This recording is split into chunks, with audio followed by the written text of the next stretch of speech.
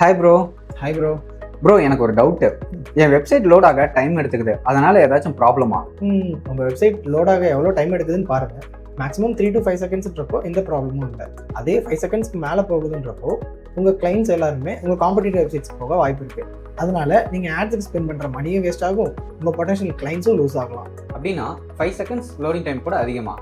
ஆமாம் bro, website ஸ்பீடுங்கிறது just technical issue மட்டும் இல்லை, அது யூசர் எக்ஸ்பீரியன்ஸ் அண்ட் கன்வர்ஷனையுமே இம்பாக்ட் பண்ணும். அண்ட் ஆல்சோ கூகுளில் உங்கள் வெப்சைட் ரேங்க் ஆகிறதே அஃபெக்ட் பண்ணும்.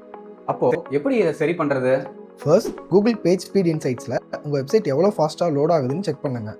ஸ்லோவாக இருந்தால் என்ன ஃபேக்டர்ஸ் பர்ஃபார்மன்ஸ் அஃபெக்ட் பண்ணுது அண்ட் என்ன இம்ப்ரூவ்மெண்ட்ஸ் பண்ணுன்றதை அந்த டூலே நமக்கு ஐடென்டிஃபை பண்ண ஹெல்ப் பண்ணிடும். இமேஜஸை ப்ராப்பராக கன்வெர்ட் பண்ணி வெப் அபிஃப் மாதிரி மாடர்ன் ஃபார்மேட்டில் யூஸ் பண்ணுங்கள். Unnecessary plugins, unwanted scripts or old scripts இருந்தால் ரிமூவ் பண்ணிடுங்க. ஆட்டோ பிளே வீடியோஸை அவாய்ட் பண்ணிடுங்க. ஃபைனலாக CDN கண்டென்ட் டெலிவரி நெட்வொர்க்ஸை யூஸ் பண்ணுங்கள். இந்த ப்ராசஸ் எல்லாம் உங்கள் வெப்சைட் ஸ்பீடை இன்க்ரீஸ் பண்ணுறது அண்ட் யூசர் எக்ஸ்பீரியன்ஸ் இன்க்ரீஸ் பண்ணுறது மட்டும் இல்லாமல் உங்கள் பிஸ்னஸ் ரிசல்ட்ஸையும் இம்ப்ரூவ் பண்ணும். ஓகே ப்ரோ, நானும் இப்போவே போய் என்னோட வெப்சைட்டை ஸ்பீட் டெஸ்ட் பண்ணி பார்க்குறேன். பாய். ஓகே, பாய்.